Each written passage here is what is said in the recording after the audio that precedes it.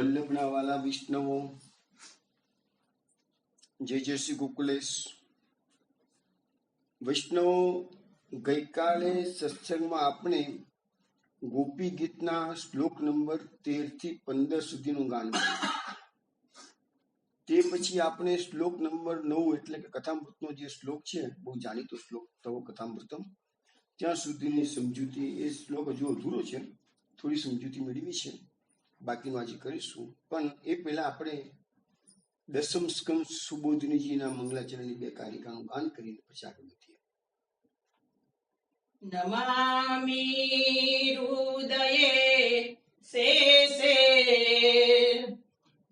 લીલાક્ષીરાબ્ધિસાયિનમ લક્ષ્મી સહસ્ર લીલાભિઃ સેવ્યમાનમ કલાનિધિમ ચતુર્ભીશ્ચ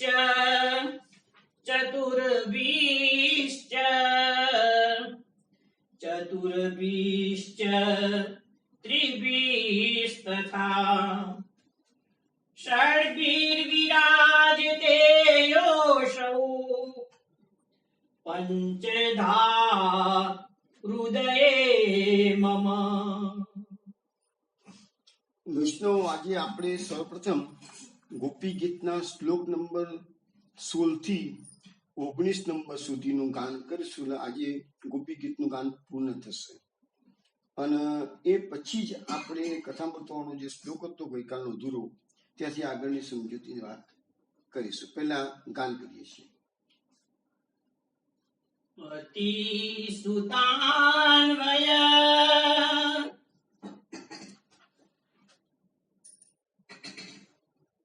અતિસુતાન્વય બોલો. ભર્તૃબાંધવાન આખું બોલે કેમ છે? અતિસુતાન્વય ભ્રાતૃબાંધવાન પતિસુતાન્વય ભ્રાતૃબાંધવાન અતિ વિલંઘ્યતેન્ત્યચ્યુતાગતા પતિ વિલંઘ્યતેન્તિ અચ્યુતાગતા ગતિવિદસ્તવો ગીતમોહિતા ગતિવિદસ્તવો ગીતમોહિતા કિતવયોષિતઃ કસ્ય જેન્નિસી કિતવયોષિતઃ કસ્ય જેન્નિસી અતિસુતાન્વય ભ્રાતૃબાંધવાન અતિ વિલંઘ્યતેન્ત્યચ્યુતાગતા ગતિવિદાસ્તવો ગીતમોહિતા કિતવયોષિતઃ કસ્ય જેન્નિસી પતિસુતાન્વય ભ્રાતૃબાંધવાન અતિ વિલંઘ્યતેન્તિ અચ્યુતાગતા ગતિવિદસ્તવો ગીતમોહિતા કિતવયોષિતઃ કસ્ય જેન્નિસી રહસી સંવિદં રુચ્યયોદયં રહસી સંવિદં રુચ્યયોદયં પ્રહસિતાનनं પ્રેમ વીક્ષણં પ્રહસિતાનनं પ્રેમ વીક્ષણં બૃહદુરશ્રિયો વીક્ષ્ય ધામ તે બૃહદુરશ્રિયો વીક્ષિતામ તે મુહુરતિ સ્પૃહા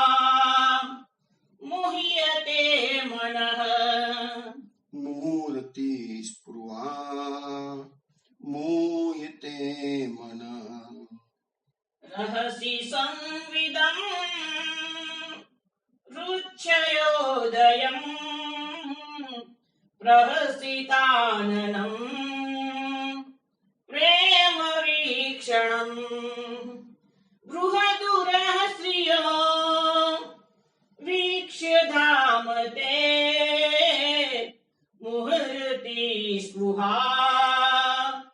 मुह्यते मनः रसि संविदम् रचयोदयम् प्रसिताननम् प्रेमवीक्षणम् बृहदुरश्रियो वीक्षिताम ते मूर्ति स्पृहा मूयते मनः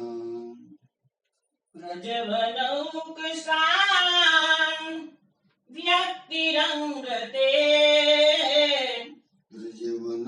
रजवनौकसाम् व्यक्तिरङ्गते व्रजनहन्त्रलम् विश्वमङ्गलम् वृजिनहन्त्रलम् विश्वमङ्गलम् त्यजमनाक च न स्वस्पृहात्मनाम् त्यजमनाक च न स्वस्पृहात्मनाम् स्वजनरुद्रजाम् यन्निषूदनम् स्वजनरद्रुजाम् यन्निषूदनम् प्रजवनौकसाम् व्यक्तिरङ्गते व्रजनहन्त्रलम् विश्वमङ्गलम् यजमनाक च न स्वस्पृहात्मनाम् स्वजनरुद्रुजाम् यन्निषूदनम् व्रजवनौकसाम् व्यक्तिरङ्गते वृजिनहन्त्रलम् विश्वमङ्गलम् त्यजमनाक च न स्वस्पृहात्मनाम् स्वजनरद्रुजाम् यन्निषूदनम् यत्ते सुजातचरणाम्बुरुहं स्तनेषु यते सुजातचरणाम्बुरुहं स्तनेषु पीतासनै प्रियदधीमहि कर्कशेषु पीतासने प्रियदधिमहि कर्कशेषु तेनाटवीमटसि तद्व्यथतेन किंस्वित् तेनाटवीमटसि तद्व्यथतेन किंस्वित् उर्पादिभिः भ्रमति दीर्भवदायुषाम् नः उर्पादिभिर्भ्रमतिर्भवदायुषाम् नः यत्ते सुजातचरणाम्बुरुहं तस्तनेषु भीतासनै प्रियदधीमहि कर्कशेषु तेनाटवीमटसि तद्व्यथतेन किंस्वित् उर्पादिभिः भ्रमति दीर्भवदायुषाम् नः यते सुजातचरणाम्बुरुहं स्तनेषु वीतासने प्रियदधीमहि कर्कशेषु तेनाटवीमटसि तद्व्यथते न किंस्वित् कुर्पादिभिर्भ्रमतिर्भवदायुषाम् नः इति श्रीमद्भागवते महापुराणे पारमहंस्यां संहितायां दशमस्कन्धे पूर्वार्धे तामसफल प्रकरणे गोपीगीतं नाम 31 इति श्रीमद्भागवते महापुराणे पारमहंस्यां संहितायां दशमस्कन्धे पूर्वार्धे तामसफल प्रकरणे गोपीगीतं नाम 31 अध्याय। અમે વૈષ્ણવ ગઈકાલની સમજૂતી 9મા નંબરના શ્લોક સુધીની હતી, ત્યાંથી આપણે આગળ શરૂ કરીએ છીએ. ગઈકાલે જે 9મા નંબરનો શ્લોક આપણે જોયો હતો, એમાં શ્લોકમાં કથામૃતની વાત ચાલતી હતી. આપણે ફરીથી શ્લોક જોઈએ અને ભાષાંતર જોઈએ, જેથી અનુસંધાન મળી જાય.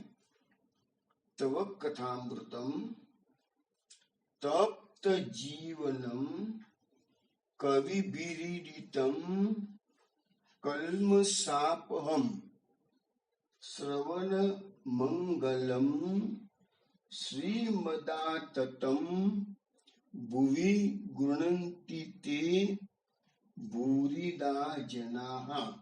ગોપીજનો ભગવાનની પાસે અત્યારે એમના કથામૃતની વાત કરે છે. કેમ કે એની પહેલા ગોપીજનોએ હસ્તકમળની, મુખકમળની, ચરણકમળની, અજામૃતની બધી વાતો તો કરી દીધી, પણ પ્રભુ કોઈ પ્રગટ થતા નથી.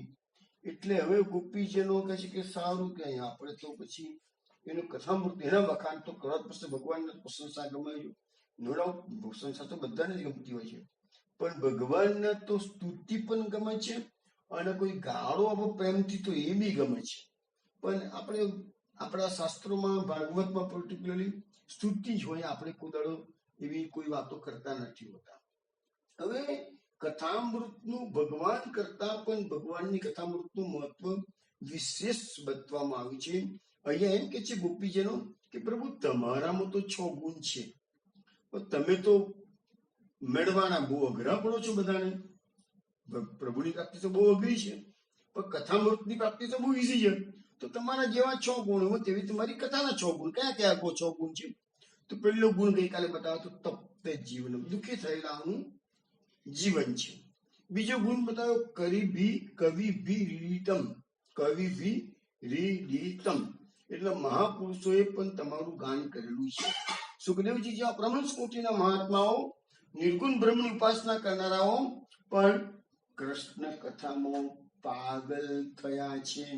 પછી કે છે કલ્મષાપમ, કળિયુગના દોષોનું હરણ કરે છે તમારી કથા. શ્રવણ મંગલમ, શ્રવણ કરવાથી શુભ કરે છે, મંગલ કરે છે. શ્રીમદ આતતમ, શ્રીમદ એટલે લક્ષ્મીથી વ્યાપ્ત છે. શ્રી એટલે લક્ષ્મી, અને આપણે કે શ્રીમદ ભાગવત, તો એ શ્રીમદ શબ્દ આવ્યો.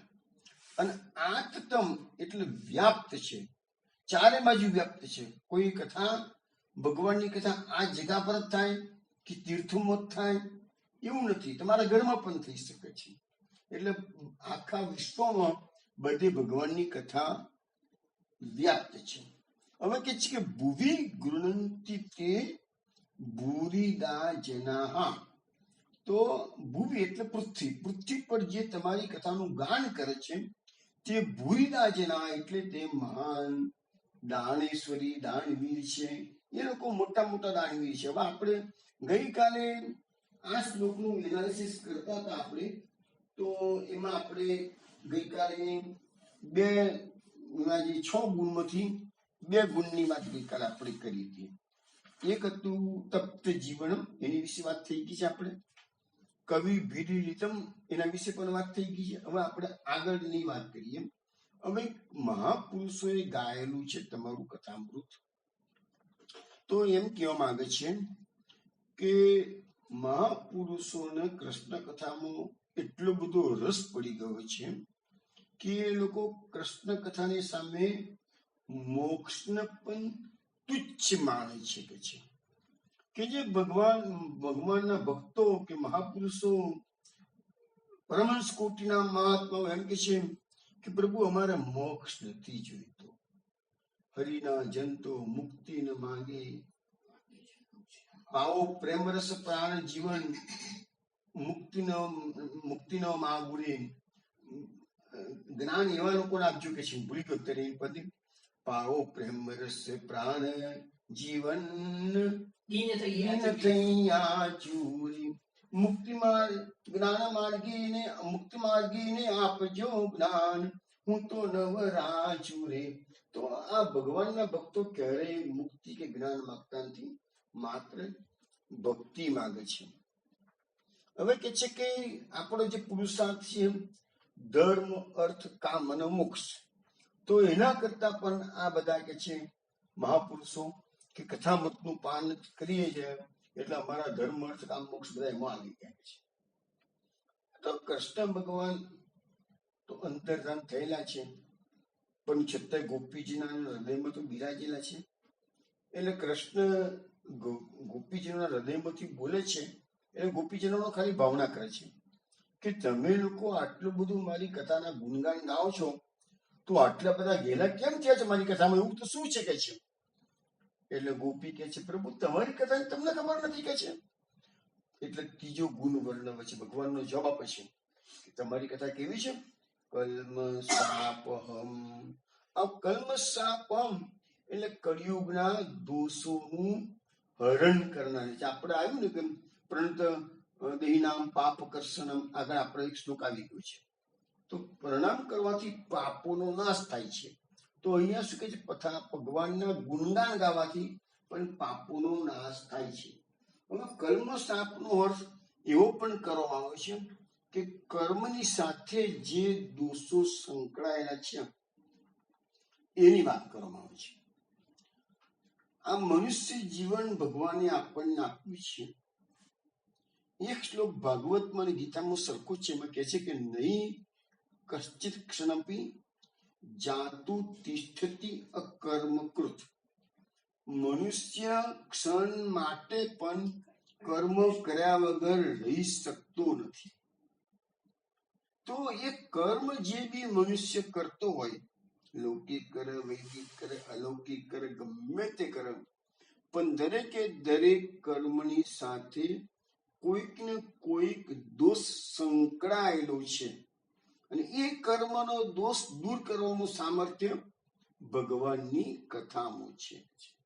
એટલે જે આ કલ્મષ શબ્દનો અર્થ હોય કે મલ દોષ સાથેનું કર્મ. હવે એક વસ્તુ સમજો કે ગીતામાં પણ ભગવાને કીધું જેમ સર્વારંભાહી દોષેન ધૂમેનાગ્નિ આવૃતાહા, એટલે કે જે અગ્નિ જેવી રીતે ધુમાડાથી ઢંકાયેલો રહે છે, અગ્નિ હોય એટલે ધુમાડો નીકળવાનો જ, એવી રીતે કર્મ તમે કરો એટલે એના દોષ રૂપી ધુમાડો એમાંથી બહાર નીકળો. એટલે એ કર્મનું ફળ સારું કર્મ કરો કે ખરાબ કર્મ કરો, પણ તમને એનું ફળ મળવાનું છે. તમે ઈચ્છો કે ના ઈચ્છો, કર્મ કર્યું એટલે ફળ એનું પાકી જ ગયું. પાકતા વાર લાગે પણ એનું નક્કી થઈ ગયું.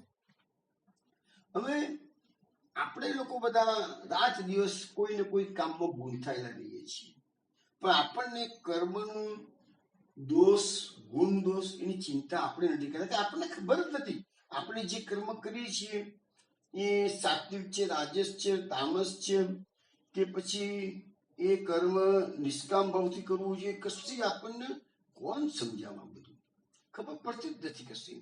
એટલે સારા નરસાનો આપણને ખબર પડતી નથી. હવે આપણે સામાન્ય અત્યારે કળિયુગની અંદર લોકોની જે કર્મની ગતિ છે કેવી છે, એકમાત્ર અર્થોપાર્જન, પૈસો ભેગો કરવો, એની પાછળ લોકોએ દોટ મૂકી છે. પણ શ્રીમદ ભાગવતની અંદર જે ઉજ્જૈનના બ્રાહ્મણ વણિકની વાત થોડા વખત પહેલા આપણે કરી હતી, ભિક્ષુ ગીતાનો પ્રશ્નોત્તરમાં પ્રશ્ન આવી ગયો છે ભિક્ષુ ગીતાનો. તો ભિક્ષુ ગીતાના શ્લોકો ખૂબ સુંદર છે. એ ઉજ્જૈનનો બ્રાહ્મણ બોલે છે, વેપારી. તો એમાં બતાવવામાં આવ્યું છે કે સંપત્તિની એટલે ધનની 3 પ્રકારની ગતિ થાય છે. કઈ કઈ? તો દાન, ભોગ અને નાશ. તમે પૈસો પેદા કરો છો એમાં 3માંથી એક રીતે એનો નાશ, 3માંથી એક એની ગતિ કે દાન. જો તમારી પાસે ખૂબ પૈસા આવી ગયેલા હોય અને તમારું મન દાનમાં લાગેલું છે તો તમે એ સંપત્તિનો દાનમાં સદુપયોગ કરો છો. ભલે પૂરી ના કરો પણ અમુક ભાગ પણ જાય દાનમાં. એટલે એનો થોડો ભાગ, એનો ઉપાય ગતિ દાન તરફ કઈ કહેવાય. પછી ભોગ. મોટા ભાગના આજે જે લોકો અર્થોપાર્જન કરે છે ને એમાંના મોટા ભાગના લોકો ભોગની વૃત્તિ હોય છે. એટલે એનો પૈસાનો ઉપયોગ એ લોકો કોઈ દાનમાં કરે, કોઈ ભોગમાં કરે, કોઈ દાન અને ભોગ બંને કરતું હોય છે. એ ગતિ થઈ. ત્રીજી ગતિ છે નાશ. નાશ એટલે શું છે? કો તો ઇન્કમ ટેક્સની રેડ પડે, અને સરકારના માણસો આવીને લઈ જાય, બધા ઇન્ટરનેશનલ માણસો આવીને દંડ કરે. સરકાર તરફથી ઘણો બધો ટેક્સ ભરવાનો આવતો હોય, પેનલ્ટીઓ લાગતી હોય, ચોર ચોરી જાય, ઘરમાં આગ લાગે. તો આવી અનેક પ્રકારની શક્યતાઓ રહે છે.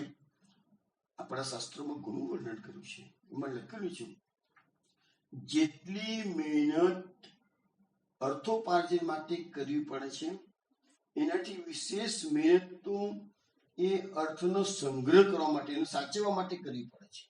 અને જે લોકો આની પાછળ પડ્યા છે ને એને રાત દિવસ એના જ વિચારો આવ્યા કરે છે. એમને એને ખબર નથી કે પછી હવે ત્રીજી ગતિ છે, નાશ કીધી છે, એનો ત્રીજો અર્થ એવો પણ થાય છે કે તમે ખૂબ ભેગું કર્યું. મૃત્યુ તો દરેકનું વહેલું કે મોડું આવવાનું છે. મૃત્યુ પછી તમારી સંપત્તિ તમારા માટે નાશ પામી ને તમે તમારા દીકરાને આપો છો કે દીકરાના દીકરાને આપી દો છો.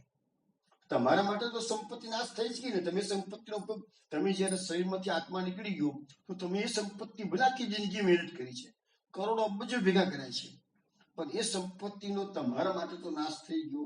એ ચોર ચોરી જાય તો બીજો લઈ જાય છે ને. ચોર લઈ જાય, ચોર સંપત્તિ અલ્ટિમેટલી ચોરનો ઉપયોગમાં આવશે. સરકારના ટેક્સમાં લાગે, રેડ પડે તો સરકાર એના લોક કલ્યાણના કામમાં વાપરે. તમારા માટે તો નાશ થઈ ગયો ને. એવી રીતે તમે સંપત્તિ તમારા દીકરાને આપો છો કે બીજા કોઈને આપો છો કે ટ્રસ્ટ બનાવો છો, પણ તમારા માટે એનો નાશ થયો. એટલે દાન, ભોગ અને નાશ. તો આપણી પાછળ આપણી સંપત્તિ આ ત્રણમાંથી એક રસ્તે જતી જ હોય છે, બધાની સંપત્તિ. તો પછી શુક્રવાર તમે આની પાછળ ગાંડા થઈને આખું એ કરો છો કે છે.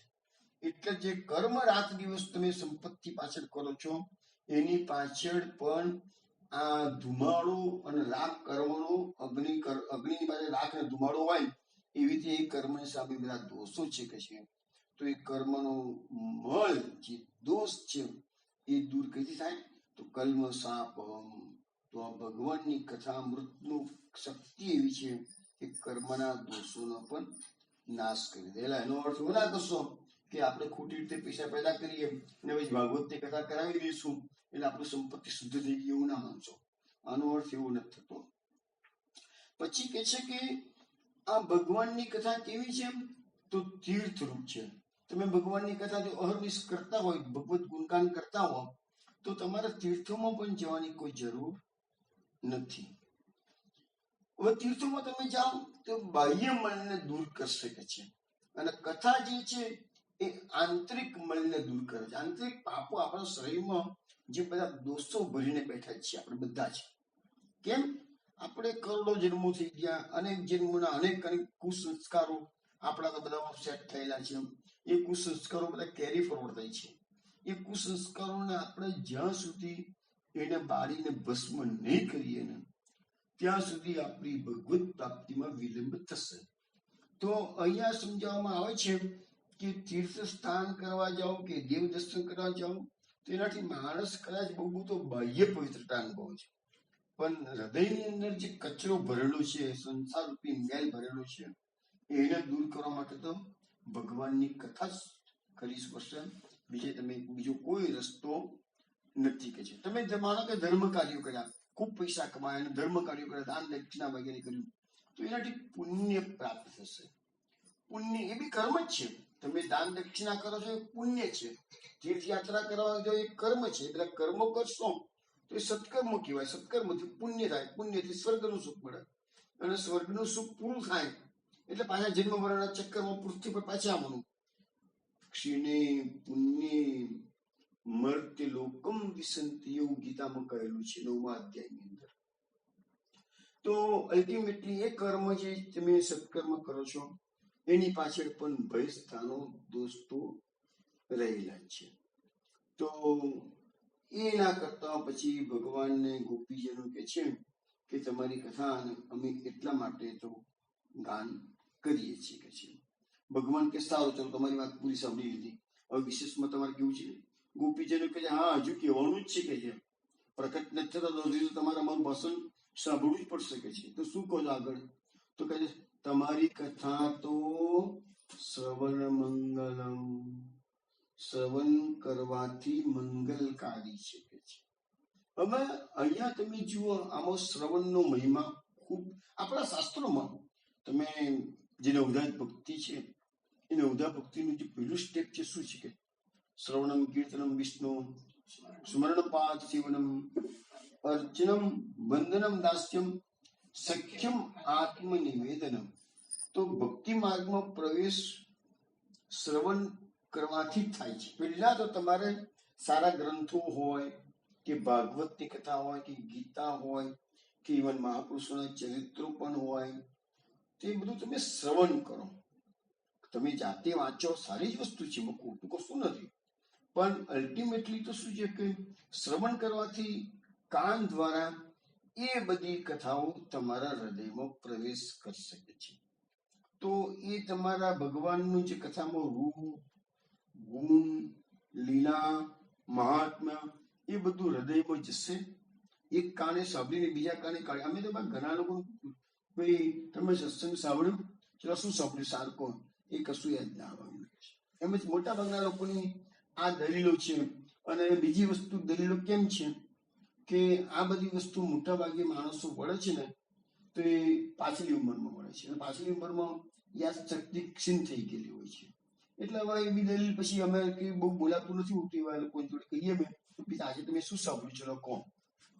અચ્છા તમે ભાગવત વાંચ્યું છે, ચલો કહો ફલાણા જગ્યાએ શું લખ્યું છે. પ્રશ્નોત્તરી હું ચલાવું છું ને, તો પ્રશ્નોત્તરીમાં હું જોઉં છું આપણે આટલો ગ્રુપમાંથી હાર્ડલી 5-7 વૈષ્ણવો છે, એનો જવાબ આપવો છે. પણ મારે પ્રશ્નોત્તરીનો અમારો આશય એક જ છે કે લોકો વૈષ્ણવો ભાગવત ખોલતા થાય અને પ્રશ્ન પર થોડુંક મનમાં વિચારો આવે. તમને વિચાર ભલે ખોટો તો ખોટો જવાબ પણ તમે આપો તો બીજા વખતે બીજા શનિવારે જવાબ આવશે ને તમે ચેક કરી લેશો કે સાચો જવાબ છે ખોટો.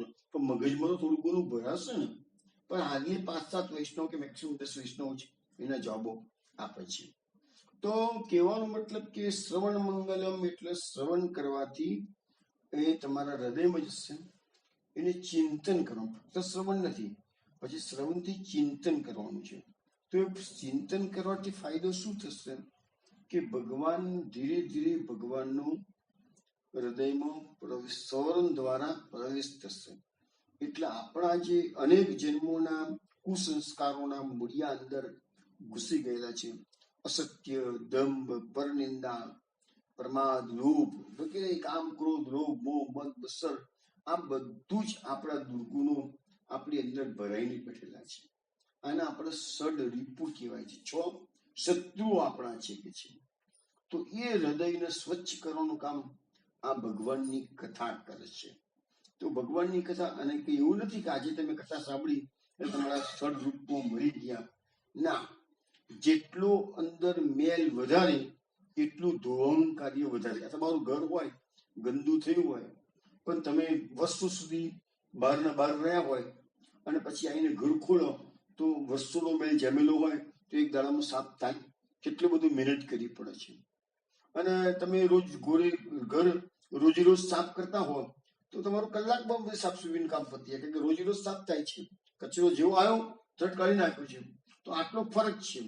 તો જે કોઈ એમ કે મેં કોઈ એક વખત કથા સાંભળીને અસર થઈ જાય છે. આપણે તરસી વૈષ્ણવ 200 ભગવદીમાં જોઈએ છીએ તો અમુકને ઇમિડિયેટલી અસર થાય છે, અમુકને અસર નથી થતી, અથવા અમુકને લોભી અસર થાય છે, લોભે ગાળે અસર થાય છે. કોઈને પહેલા ગાળે ઠાકોરજી પધરાય અને ઠાકોરજી જતાવીને માગે છે, અને કોઈને વર્ષો સુધી સેવા કરે છે, ઠાકોરજી કશું જતાવતા નથી. તો અમુક એ સેવા નકામી છે એવું નથી કહેતા, પરંતુ એનો પ્રભાવ ક્યારે થાય કે હૃદય ચોખ્ખું થાય. તો હૃદયમાં કેટલી ગંદકી વધારે એટલું એને અસર થતા વાર લાગે.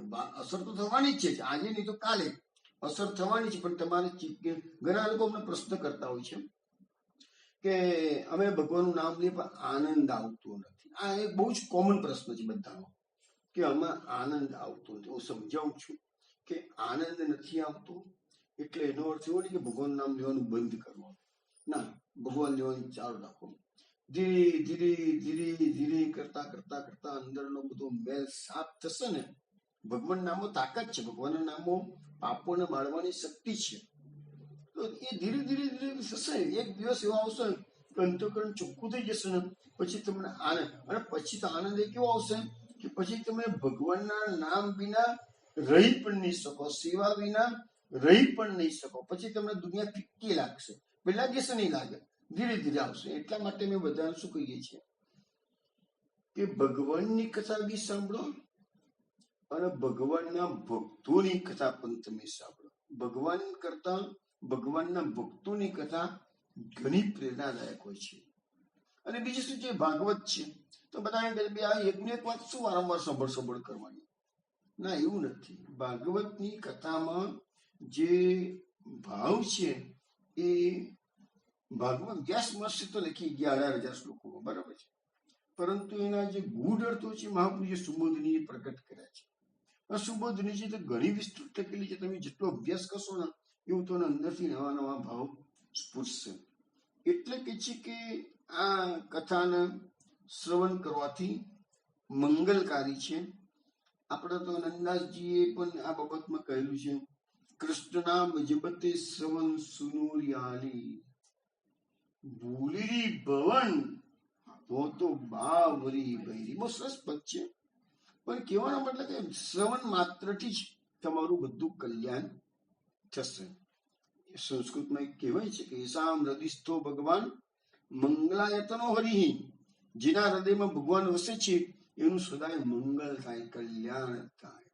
આપણા સંસારના સુખ દુઃખોની ચિંતા ના કરશો. એ તો બધું ચક્ર ચાલ્યા જ કરે. સુખ પછી દુઃખ, દુઃખ પછી સુખ ચાલતું જ હોય છે. એટલે તમારે ભગવાનની કથાનું અહર્નિશ ગાન કરવું. કર્મ કરવાનું. કયું કર્મ કરવાનું છે? તો ભગવાનનું નામ અને ભગવાનનું કામ. ભગવાનનું કામ એટલે ભગવાન નિમિત્તનું કરેલું કોઈ પણ કર્મ છે એ બધી સેવા કહેવાય. સેવા એટલે ખાલી મંગળ ભોગ કે રાજભોગ કે સંભળ ભોગ કે ગાલ કરાયા એટલું સેવા નથી. સેવા એટલે પ્રભુના સંબંધે કોઈ પણ કર્મ કરો, પ્રભુને પ્રસન્ન કરવાનું, એ બધું સેવા. એટલા માટે તો મહાપ્રભુજી કીધું છે ચિત્તસ્તત પ્રવણમ સેવા. અમે કે છે કે આ બધા જે 4 પુરુષાર્થો છે, ધર્મ અર્થ કામ મોક્ષ, આપણો સામાન્ય આપણો સનાતન સંપ્રદાયમાં 4 પુરુષાર્થોની વાત કરવામાં આવે છે. ધર્મથી શરૂઆત કરી અને છેલ્લે મોક્ષ પ્રાપ્તિની વાતો આવતી હોય છે કે છે. પણ એ બધા પુરુષાર્થો માટે તમારે વિવેક વૈરાગ્ય કેળવવું પડે છે. જ્યારે આ ભાગવતની કથામાં એવું કશું જ નથી. ખાલી શ્રવણ કરો તો તમારું મંગલ થઈ જાય કે છે. પછી કે છે કે આ શ્રવણ કરવાથી મંગળ થાય એટલું જ નહીં, પછી પરમ ભક્તિ શ્રી કૃષ્ણમાં પ્રાપ્ત થાય. પછી શ્રી કૃષ્ણમાં પ્રેમ થાય એટલે તમને ભગવાન હૃદયમાં વસશે. તમને અહેસાસ થશે કે પ્રભુ અંદર રહીને મને ટકોર કરી રહ્યા છે. એટલે એ રીતે શ્રવણ માત્રથી મંગલકારી છે કે છે. પછી બીજું શું છે કે તમે માનો કે ધર્મ અર્થ કામ મોક્ષની વાતો સાંભળો તો એનાથી તમને કશું ફાયદો નથી. એનાથી તમારે આચરણ કરશો તો જ મોક્ષ થશે. સ્વર્ગના અમૃતની આપણે જયારે કથા ભાગવત મહાત્મ્યમાં કથા આવે છે કે સુખદેવજી જયારે પરીક્ષિતને કથા કહેવાની શરૂઆત કરી તો સ્વર્ગના દેવો સ્વર્ગમાંથી અમૃત લઈને આવે છે કે પરીક્ષિતને તમે આ અમૃત પીવડાવી દેજો કે અમૃતનો એને કથાનો એને તો કે આ મૃત્યુનો ડર લાગે. 7મા દિવસે આવશે તો અમારું અમૃત આપી દો અને કથામૃત અમને પાન કરાવો. સુખદેવજી મહારાજે ના પાડી દીધી. અદલા બદલી કરવા માટે અમારી કથા નથી. પછી જાઓ તમે જતા રહો બધા કે છે. અમે તમને અહીંયા કથાના અમે તમે અધિકારી છો જ નહીં કે છે. તો સ્વર્ગના અમૃત કરતા પણ ભાગવત કથાને શ્રેષ્ઠ માનવામાં આવેલી છે કે છે. પછી કે છે કે એક બીજો સિદ્ધાંત એવો પણ સમજવામાં આવે છે કે તમે જે વસ્તુ સાંભળો ને એનું સામાન્યથી ચિંતન થતું. આજે આપણને મહાપુરુષે કેમ કીધું છે કે સંગમ સર્વાત્મના ત્યાજ્યમ. એ જ સમજો છે કે તમે જેટલો સંગ વધારે કરશો એટલા વધારે લોકો તમને મળશે ને જાત જાતની વાતો કરશે. એવું તો છે નહીં કે તમને જેટલા ઓળખીતા પારખીતા મળવા આવે છે બધા ભગવદીઓ જ છે એવું તો છે નહીં. હા, ભગવદીઓ લોક નિંદા નહીં કરે, ભગવદીઓ સમાજની ચિંતા નહીં કરે. ભગવદીઓ તો માત્ર કથા જ વાત કરશે અથવા સેવા સંબંધી વાત કરશે તમને. પણ બાકી એવરેજ દુનિયાના આજે જે મેજોરિટી માસ છે એને તમે મળશો તો એ બધી લૌકિક વાતો વધારે પડતી થતી હોય છે. અને એ લૌકિક વાતો ચિંતન કરો અને ચિંતન કરવાથી એમાં મન તમારું ડૂબશે અને ડૂબશે એટલે પછી તમારું ભગવાન ભૂલાશે. એટલે કથાનું શ્રવણથી શું છે કે તમારું ચિંતન કરવાનું, અને ચિંતન કરવાથી મન એમાં લાગે છે. પછી બીજું સમજાવવામાં આવ્યું છે કે શ્રવણના ફાયદા શું છે કે સામાન્ય રીતે શું છે કે પહેલા તો જે કથાઓ થતી તે મોટા મંડપ થતા હતા. વ્યાસપીઠ પર શાસ્ત્રીજી બિરાજમાન થાય, કથાકાર, અને વૈષ્ણવ બધા નીચે ગાદી પર બેસતા છે. હવે આજે તો મોટા હોલમાં કથા થઈ ગઈ અને બધા ખુરશીઓને પેલા સોફા પર બેસતા થઈ ગયા છે. પણ મૂળ કથાનું જે આશય છે કે નીચે બેસે એટલે અભિમાન થાય. એનામાં જે અભિમાન હોય કે યજમાન હોય તો યજમાન પણ નીચે બેસીને કથા સાંભળે. પછી કથા દરમિયાન તમારે 3 કલાક કથા સાંભળો એ દરમિયાન તમારે મૌન રહેવું પડે છે. એટલે ઓટોમેટિકલી તમારા સંસારના ચર્ચાઓ બંધ થઈ જશે, એ ફાયદો કે છે. પછી તમારે 3 કલાક કથા સાંભળો કે 7.5, 3, 6 કલાક કથા સાંભળો એટલે વેપાર ધંધો તમારે છોડવો પડે. તો એના માટે તમારે વૈરાગ્યનું લક્ષણ છે. બાકી તો તમે કથા નહીં હોય તો ધંધામાં રચા પચા રહેશો. એટલે આ બધા ફાયદા બતાવવામાં આવેલા છે. એટલે શ્રવણ મંગલ થઈ ગયું. હવે 5મો ગુણ બતાવવામાં આવે છે એ શ્રીમત. શ્રીમત એટલે પ્રેમ રૂપી પરમ સંપત્તિને આપે છે. એટલે તમારો ભગવાનનો પ્રેમ થાય. આમ તો શ્રી એટલે લક્ષ્મી પણ થાય છે. કેટલાક કથાકારો શ્રી એટલે લક્ષ્મી, શ્રીમત એટલે લક્ષ્મી આપનારા ભાગવતની કથા તમને લક્ષ્મી પણ આપે છે. અને આમ તો મહાપ્રભુજીએ પ્રથમ સ્કંદ સુબોધિનીજીની અંદર કહ્યું છે કે શ્રીમદ ભાગવત એ કલ્પ વૃક્ષ છે. અને ભગવાનની કથા એવું નથી કે ખાલી અલૌકિક કલ્યાણ જ કરશે, એવું નથી. તમારા લૌકિક કાર્યો અટકેલા હોય એ પણ ભગવાનનું કૃપા થાય તો બધું કામ સંપન્ન થઈ જાય છે. એટલે શ્રીમદ એટલે ભગવત સ્વરૂપ જ છે, કે શ્રી સ્વરૂપ છે, લક્ષ્મી સ્વરૂપ છે. ભગવાનની કથા જેમ ભગવાનથી બધા સંસારિક વિષયો તમારા દૂર કરી આપે છે, એમ મહાપુરુષો પાસેથી જે લોકો ભગવત કથા શ્રવણ કરે છે એને વિષયો સતાવતા નથી. આ બધા દુર્ગુણો બધા દૂર થઈ જાય. પછી આતતમ એટલે આતંકવાદી નામ. શું આતતમ એટલે વ્યાપ્ત છે. ભગવત કથા સર્વ સ્થળે વ્યાપ્ત. એવું નથી કે ભગવતની કથા સાંભળવા માટે તમારે મથુરા જવું પડે, જિતપુરા જવું પડે કે નૈમિષારણ્ય કે દ્વારકા જવું પડે, એવું નથી. ભગવાન ભલે એ જમાનામાં કથા નૈમિષારણ્યમાં થઈ, શુક્રતાલમાં થઈ, એ બધી વાતો બરાબર છે.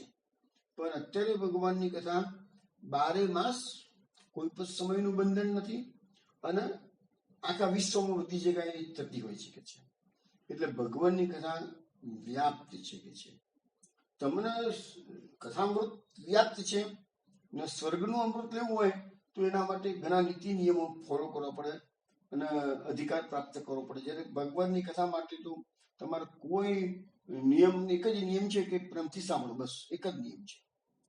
ભગવાનની કથાને સમય, સ્થળ, સમય, સંજોગો એનો કોઈ પણ પ્રકારનો મર્યાદાઓ છે નહીં કે છે. પછી બતાવવામાં આવે છે કે આપણા ત્યાં કહેવાય છે કે વેદે રામાયણે ચૈવ પુરાણે ભારત તથા આદો મધ્ય તથા અંતે ચ હરિ સર્વત્ર ગીયતે. એટલે વેદ હોય કે રામાયણ હોય કે મહાભારત હોય કે ગમે તે પુરાણ લો, જ્યાં જુઓ ત્યાં એના આદિ મધ્ય અને અંતમાં છેવટે ભગવાનના જ ગુણગાન ગાવામાં આવેલા છે. એટલા માટે કહેવાય છે કે કથામૃતથી શ્રેષ્ઠ કશું છે નહીં. એટલે ભગવાનની કથાને જે 6 ગુણ છે એનું વર્ણન કર્યું. હવે છેલ્લું કહી દીધું કે ભુવિ ગૃહંતિ તે ભૂરિદાન.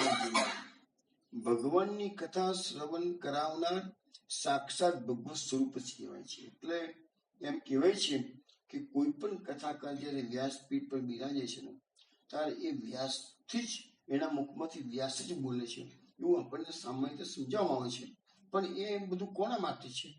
જે લોકો નિષ્કામ ભાવે કથા કરતા હોય. તો જયારે જો પ્રોફેશનલ એટીટ્યુડ હોય તો વ્યાસ મહર્ષિ બિરાજે છે એવું આપણેથી ના માની શકાય. વ્યાસ મહર્ષિ ક્યારેય પ્રોફેશનલ એટીટ્યુડ રાખી શકે નહીં કે છે. એટલે અમે કે છે કે ભૂરિદા જેના, એટલે કે નિષ્કામ ભાવે ભગવત કથા સંભળાવનાર અને સાંભળનાર. એ સંભળાવનાર જે છે ને એના મહાન દાનેશ્વરી કહેવામાં આવે છે. અન્નદાન, વસ્ત્રદાન, વિદ્યાદાન એ પ્રકારના અનેક સમાજમાં લોકો કલ્યાણના કામો કરતા હોય એ બધા દાનવીર કહેવાય છે. પરંતુ સાચો દાનવીર તો શ્રેષ્ઠ દાનવીર તો એને જ કહેવાય કે જે ભગવાનની કથાનું ગાન કરે છે. કેમ? તો અન્નદાન થી તમને થોડોક ફાયદો થશે, અમુક સમય સુધી ચાલશે અન્ન છે જેટલું આપીએ એના પ્રમાણમાં. વસ્ત્રદાન કરો તો પણ અમુક જ સમય સુધી એ વસ્ત્ર કામ લાગી શકે છે. વિદ્યાનું દાન કરો તો એ વિદ્યા આ જન્મ પૂરતી જ તમને કામ લાગી શકે છે. પરંતુ જે ભાગવતની કથા, કૃષ્ણ કથાનું જો તમે દાન કરશો તો એનો જન્મ મરણના ફેરામથી એને મુક્તિ મળી જશે, એનો જન્મારો સફળ થઈ જશે. જેના માટે પૃથ્વી પર આપણે આવ્યા છીએ એ કાર્ય સંપન્ન થઈ જશે. તો એ માટે ભગવાનની કથાનું દાન કરનારને શ્રેષ્ઠ કહેવામાં આવ્યું છે. આપણા ત્યાં કહેવાય છે કે ભગવાનની કથા જો થતી હોય તો ભગવાન પ્રત્યક્ષ હાજર રહીને સાંભળે છે. એક શ્લોક છે ને, નામ વસામી વૈકુંઠે યોગીનામ હૃદયેન ચ હૃદય ન ચ મદભક્તા યત્ર ગાયંત્રી તત્ર તિષ્ઠામિ નારદ. હે નારદ, હું મૃત્યુના હૃદયમાં કે વૈકુંઠમાં રહેતો નથી. જ્યાં જ્યાં મારા ભક્તો મારી કથાનું ગાન કરે છે ત્યાં ત્યાં હું ઉભો રહીને સાંભળું છું. એટલે ભગવાનની કથા જ્યાં થતી હોય તો ભગવાન પ્રત્યક્ષ હાજર થઈ જાય છે. હવે આ બધી વાતો આપણે ભગવાનની કથાની આજે બહુ સરસ વાતો કરી છે. હવે એક સરસ શ્લોક છે, ભ્રમર ગીતમાં આવશે જે શ્લોક, હજુ આપણે તો વાર છે પણ આજે શ્લોક તમને હું શ્રવણ કરાવું કે ગોપીજનો જ કે આ બધું બી ગોપીજનો કે છે, તો ભ્રમર ગીતમાં પણ જે બોલે છે ગોપીજનો જ કે છે, પણ થોડીક વિશેષ વાત છે. યદુનું ચરિત લીલા, યદનું ચરિત લીલા કર્ણ પીયુષ વિપ્રુત સકૃદર્દન વિદૂત દ્વંદ્વ ધર્મા વિનષ્ટઃ સપદિ ગૃહ કુટુંબમ દીન મૃત્સૃજ્ય દીના બહવૈહ વિહંગા ભિક્ષુચર્યાચરન્તિ મધુપતિ તવ બંધો. વૈષ્ણવ આ ભ્રમર ગીતનો શ્લોક છે, કથા નિમિત્તનો છે એટલે મેં અહીંયા લીધો છે. બાકી ભ્રમર ગીત તો દસમ સ્કંદનો 47મો અધ્યાયમાં આવશે. અત્યારે આપણે 31મો અધ્યાય ચાલે છે. પરંતુ ગોપીજનો જ ભગવાનને એમની જ કથાની વાત કરી રહ્યા છે. આમ તો જોવા જઈએ ને તો મેં ગઈકાલે બી કહ્યું કે ભગવાનની કથા આનું મહાત્મ્ય તો ભાગવતમાં ઠેર ઠેર શ્લોકો છે, પણ જેમ જેમ આવશે એમ આપણે લેતા જઈશું. અને બીજું મેં કીધું અધના ભગવાનના ચરણાર બિંદુનું મહાત્મ્ય પણ ઘણું બતાવવામાં આવ્યું છે. તો એ બધું જેમ જેમ આવશે બતાવતા જઈશું. તો આ શ્લોકમાં થોડો ભાવ આપણે અત્યાર સુધીમાં જે 6 ગુણોની વાત કરીને એના કરતા થોડો ભાવ જુદો છે એટલે મેં જોડે સાંકળી લીધું છે અંદર કે ગોપીજનો ભગવાનને એમ કે છે કે ભગવાન તમારી કથાની તાકાત કેટલી છે ખબર છે કે છે? ગોપીજનો ભગવાન કે કોણ? તમે કહો. અરે તમારી કથાનું એક ટીપું, કથામૃતનું એક ટીપું જો કાનમાં ગયું અને હૃદયમાં ઉતર્યું તો પેલો સાંભળનારના, શ્રવણ કરનારના દ્વંદ્વ ધર્મા વિનિષ્ઠા, બધા દ્વંદ્વો, સુખ દુઃખ, રાગ દ્વેષ ઈર્ષા વૃત્તિ, બધા દ્વંદ્વોનો કથા નાશ કરી દે છે. બીજું પછી એ વ્યક્તિની શું હાલત થાય છે? સપદી ગ્રહ કુટુંબમ દિનમ ઉત્સૃજ્ય દિના. પછી એ માણસ, એ કથા સાંભળનાર વૈષ્ણવ પોતાના ઘર બહારનો, કુટુંબનો ત્યાગ કરી દે છે, દીન થઈને નીકળી પડે છે. કૃષ્ણની કથાએ આજે યુગો યુગોથી વૈષ્ણવને પાગલ કરેલા છે. કૃષ્ણ કથા એમ ના માનશો કે સામાન્ય આ કાને સાંભળીને બીજા કાને કાઢે તો પાગલ નહીં થવાય. કૃષ્ણ કથામાં મહાત્માઓ પાગલ થયા છે, નાચે છે, કૂદે છે, લોકોને મૂર્છા અવસ્થા આવી જાય છે. આ ગોપીજનોની વાત કરીએ ને તો છેલ્લી અવસ્થા સુધી આવી ગયા છે, હવે પ્રાણ નીકળવાની તૈયારીમાં છે. તો દીન મુત્સૃજ્ય દીના દીન બની જાય છે, ગર્ભસ્થ ત્યાગ કરે છે. અને પછી કહે છે બહવ ઈવ વિહંગા ભિક્ષુચર્યા ચરંતિ. અને એમાંના કેટલાક મોટા ભાગના તો પક્ષીઓની માફક ચૂન ચૂન કરીને ભિક્ષા માગીને નિર્વાહ કરે. આજે તમે અનેક મહાત્માના ચરિત્રો મેં સાંભળ્યા છે, વાંચ્યા છે, અને હું ભગવત ચરિત્રો મૂકતું રહ્યું છું આપણા ગ્રુપમાં. એમાં તમે જુઓ છો કે મોટા શિક્ષાઓ હોય છે ને, એ લોકોને પણ જો કોઈ રંગ લાગી ગયો ને કૃષ્ણ કથાનો, તો છોડીને વંદરાવનમાં જઈને રહે છે.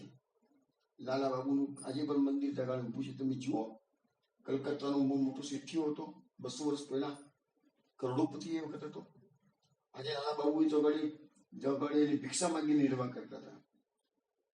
એવા બધા ઘણા કિસ્સા. આજે તમે વ્રજ મંદિરમાં જાઓ ને તો અનેક મંદિરોમાં અનેક પ્રકારની તમે પેલું જે નિધિવનની બાજુમાં મંદિર છે, એ મંદિરમાં પણ જે હતા એ લખનૌના જમીનદારના 2 છોકરા હતા, છોડી દીધા ને. બધું જ બહુ મોટું મંદિર બનાવી થાય છે. વાંકા ટોભરાનું મંદિર કે છે એને. આ રસ્તો 2 ભાઈઓ હતા. તો એ બધા કેવી અસરો થાય છે, કથાની અસરો કેટલી થાય છે, એ બધી વસ્તુ તમે ત્યાં મંદિરોમાંથી ખ્યાલ મળે. એટલે કહેવાનો મતલબ કે ભગવતની કથામાં આટલી તાકાત છે. ચલો હવે આપણે આગળનો શ્લોક, બીજો શ્લોક લઈએ છીએ. પ્રહસિતમ પ્રિયમ પ્રેમ વિકસિતમ વિહરણમ ચ તે ધ્યાન મંગલમ રસી સંવિદો યા હૃદિ સ્પૃશ કુહકનો મનઃ ક્ષોભયંતિ. હવે અહીંયા એવું કે છે ગોપીજનો ભગવાનને, પ્રહસિતમ, તમારું હસ્યો. હવે અહીંયા જો સંબોધન જે કર્યું છે ભગવાનને એ કુહકનું કર્યું છે. કુહક એટલે કપટી. અને આગળ બીજો શ્લોક આવશે આ ગોપી ગીતમાં જ, એમાં એને સંબોધન કરવા કીતવ.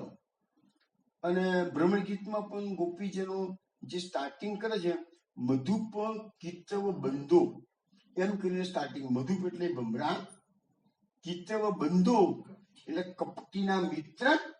વિચાર કરો, ભ્રમણ ગીતની શરૂઆત જ ગોપીજનો ભમરાને કપટીનો મિત્ર કીધું. કપટી કોણ છે? કૃષ્ણ. અહીંયા પણ કુહક ગોપીજનો ભગવાનને આ શ્લોકમાં 2 સંબોધન કરે છે. પહેલું સંબોધન કરે છે પ્રિય, તમે અમારા પ્રિય છો. પણ થોડી વારમાં પાછા પાટલી બદલી કાઢે છે. જે પ્રિય છે એને કે તમે તો કપટી પણ છો કે છે. પ્રિય કેમ કીધા છે? તો ભગવાનનું જે પ્રહસિતમ એટલે હાસ્ય ગોપીજનોને બહુ ગમે છે.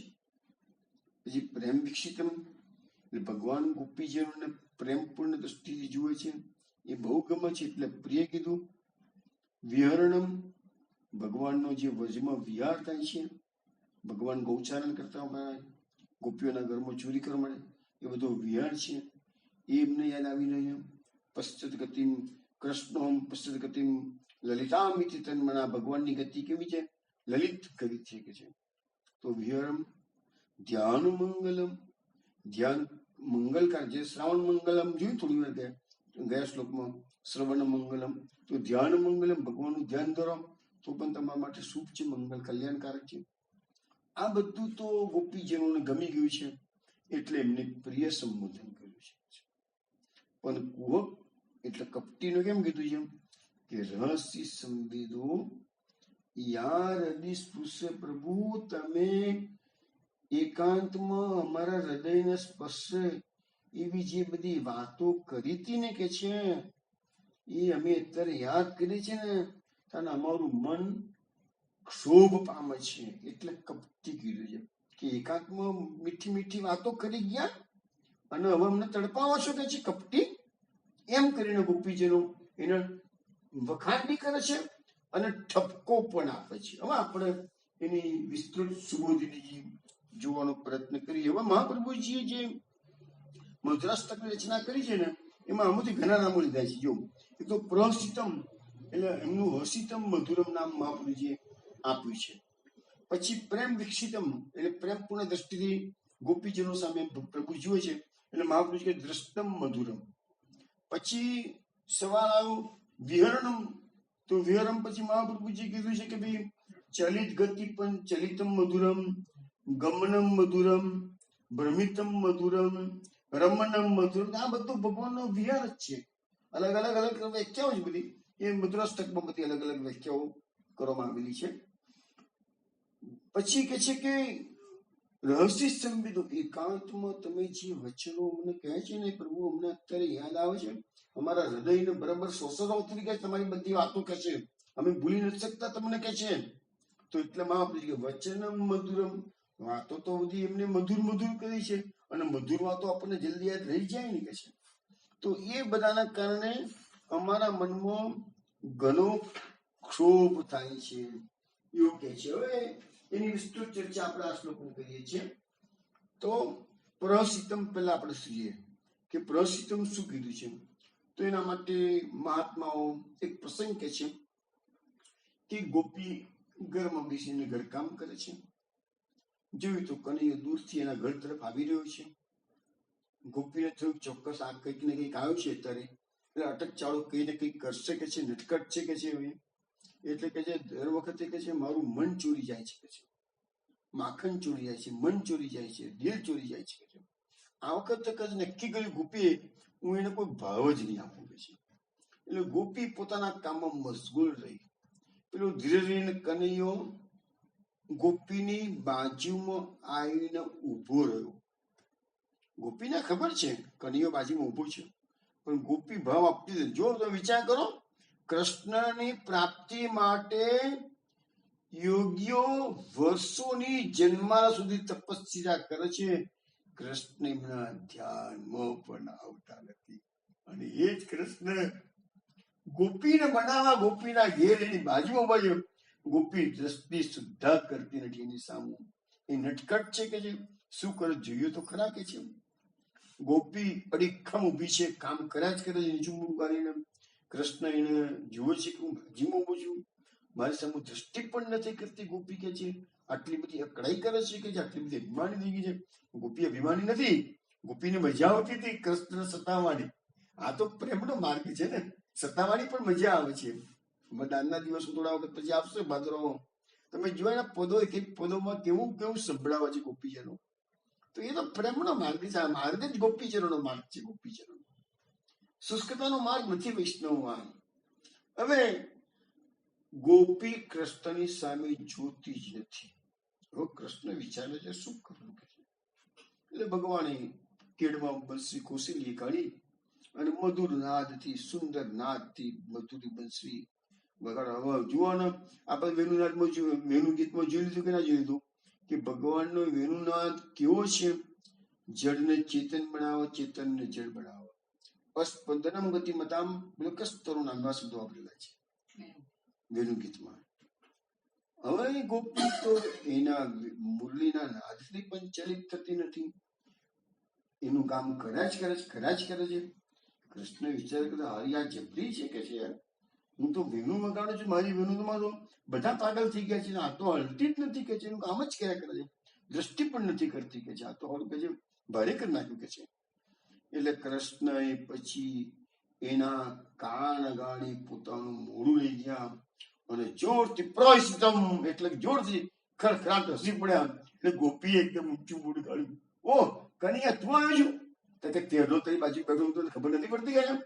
તો પ્રહસિતમ એ મહાપ્રભુજી કહે છે પ્રહસિતમ એટલે ભગવાન વિશેષ કરીને હાસ્ય કરી રહ્યા છે. અને ગોપીનું મન ચલિત થઈ ગયું અને ગોપી કૃષ્ણની સામે જોયા કરે. હવે કૃષ્ણને જેવા દર્શન એને કર્યા પાછી એ ભાન ભૂલી ગઈ. એને ખબર છે કે મારા ઘરનું કામ કરું છું, કૃષ્ણ આવે છે, હું ભાન ભૂલી જઈશ તો મારું ઘરનું કામ બધું રેઢું પડી જશે કે છે.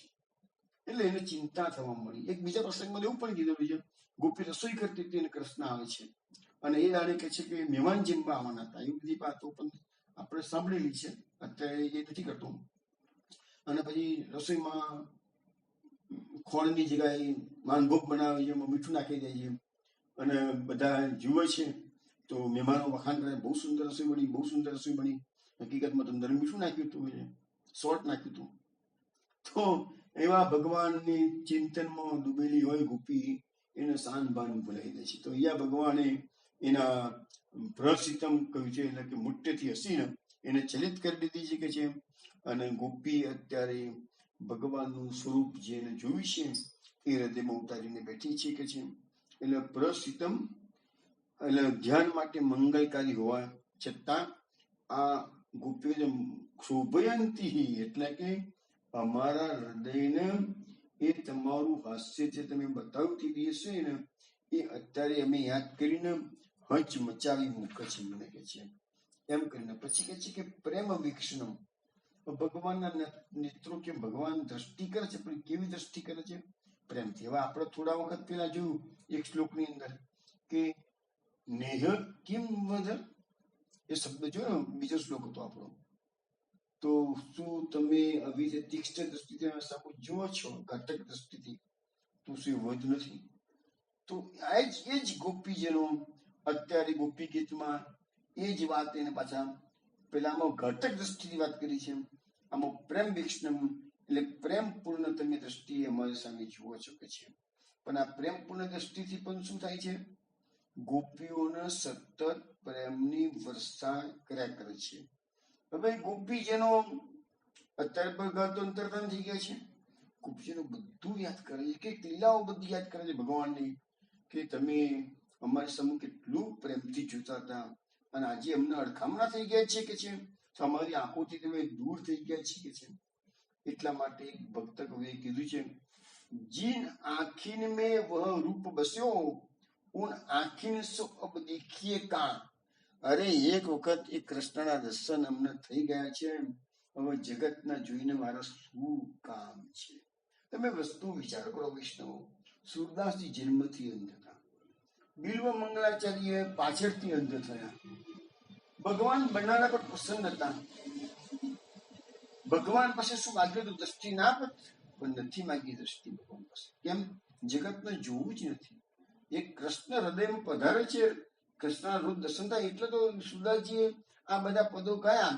અને અંધ દ્રષ્ટિથી તો પણ દેખો રી પ્રભુ આજ મેને નંગમ નંગા ગાયું તું, કંતું ગાયું ગોકુળમાં નવનીત પ્રજે સામે એમની. તો એમને અંતરદ્રષ્ટિ હતી ને એમની પાસે, બાહ્ય દ્રષ્ટિ નથી, અંતરદ્રષ્ટિ હતી. તો એટલે ગાઈ શક્યા છે. એટલે કે છે કે ભાઈ આ સંસારને જોઈને કામ શું છે. ના, મહાપ્રભુનો જે માર્ગ છે ને એમાં એ જ વસ્તુ બતાવવાની છે કે તમે જેટલું સંસારમાં હળશો, મળશો, સંગમાં રહેશો, એટલું જ તમારું આંખોમાંથી સંસાર અંદર આવશે, કાનમાંથી પણ સંસાર અંદર આવશે. તમે વાતો સાંભળશો તો સંસાર અંદર આવશે, આંખોથી દ્રષ્ટિ કરશો તો પણ સંસાર અંદર આવશે. પછી કે છે કે જ્યાં સુધી તમે શ્યામ સુંદર નિરીખ્યા નથી ને ત્યાં સુધી બીજી માયા મિલી રહી લપટાઈ હતી. તો તમારું કે છે કે આ દર્શન અને આપણા બેની વચમાં માયાનો પડદો પડી ગયો છે. એ માયાનો પડદો પડી જાય ને તો આજે બંધ તમને પ્રભુ દર્શન આપે. પછી શ્લોક આવે છે, પછી એમાં આવે છે કે જે વિહરણમ છે ધ્યાન મંગલમ, એ પ્રભુ તમારો વિહાર, તમારી ક્રીડા, તમારી બધી મસ્તી અમે યાદ કરીએ છીએ અને ત્યારે અમે સંસારની બધી વાતો ભૂલી જઈએ છીએ. અમને એકમાત્ર તમારી લીલાઓ જ યાદ આવે છે અને લીલાઓ કરનાર તમારું સ્વરૂપ પણ અમારા ધ્યાનમાં આવે છે કે છે. તો કે છે કે તમારો વિહાર જે છે, તમે જે પ્રસ્થિત ગતિ લલિતામિતિ તન્મના કીધું ને, તો એ લલિત ગતિ તમારી છે એ બધું અમે અત્યારે યાદ કરીને ત્યારે અમારા મનને ક્ષોભ પ્રમાણે છે કે છે. પછી આગળના ભાગમાં કહેવામાં આવે છે કે રહસ્ય સંવિદો, રહસ્ય સંવિદો, રહસ્ય એટલે એકાંત અને સંવિદો એટલે વાતચીત. તમે પ્રભુ એકાંતમાં અમારા સાથે જે વાતચીત કરી છે ને પ્રભુએ, એ બધી વાતો કે છે કે અમે ભૂલી શકતા નથી કે છે. ગોપીઓના સાનિધ્યમાં ઉતરાયેલો એક એક શબ્દ હોય ને કે એમની ભગવાને જયારે એમના કે માખણ ચોરી કરવા જતા હતા, ભગવાન જયારે એમના ત્યાં વસ્ત્ર ચિરહરણ લીલા કરેલી છે, મટકીઓ ફોડવા જતા હતા, તો એ બધા જોઈ વખતે જે બી એકાંતમાં વાતચીત થતી હતી ને એ બધી ગોપીજનો કે છે અમે અત્યારે ભૂલી શકતા નથી, અને એ બધાના કારણે અમારું મન કે છે કે અત્યારે ખૂબ જ ક્ષોભ પામી રહેલું છે.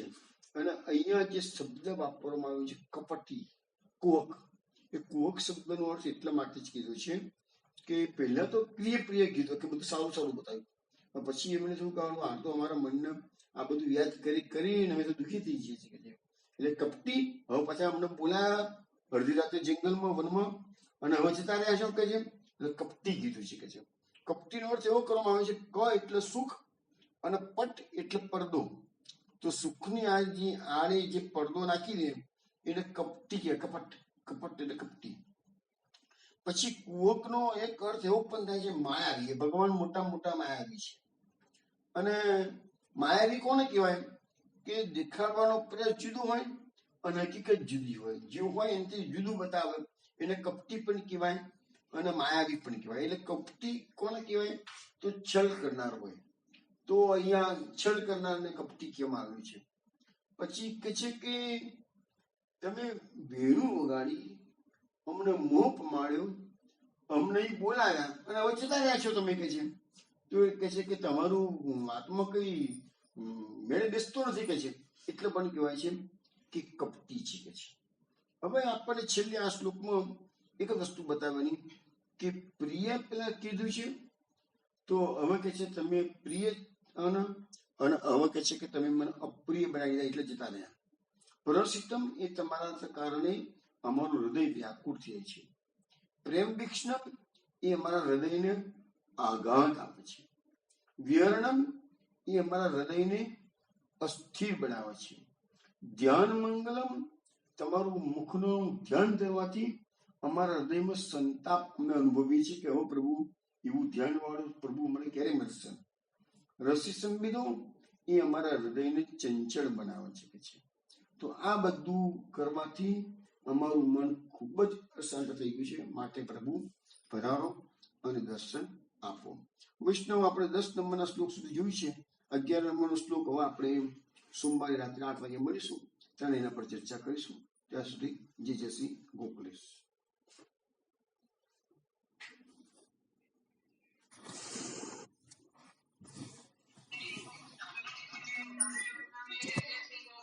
જય શ્રી ગોકુલેશ. જય શ્રી ગોકુલેશ. જય શ્રી ગોકુલેશ. જય